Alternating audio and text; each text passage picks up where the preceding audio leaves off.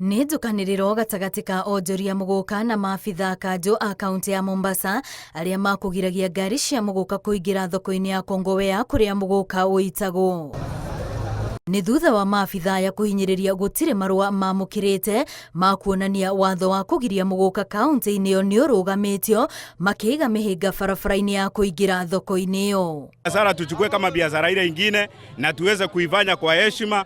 Tena tunashukuru manake haitakuwa inakuja kwa wingi imwagwe mpaka ionekane kama takataka. Thutha wa ihinda rĩa ngucanio, ene marori mahingũrirwo barabara ĩyo, ndeto ĩrĩa ĩcanjamũrĩte onjoria thoko-inĩ ĩyo tondũ wa thũgũrĩ no gũcokereria.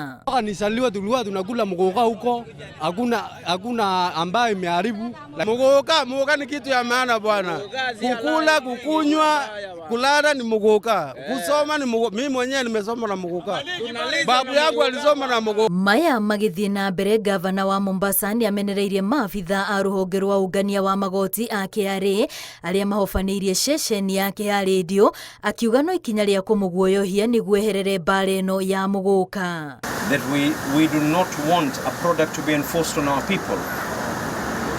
We are going to state it the way it is. Statistics are showing that this product is hurting our people.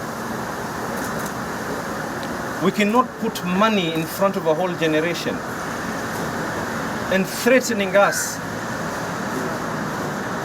Vitisho.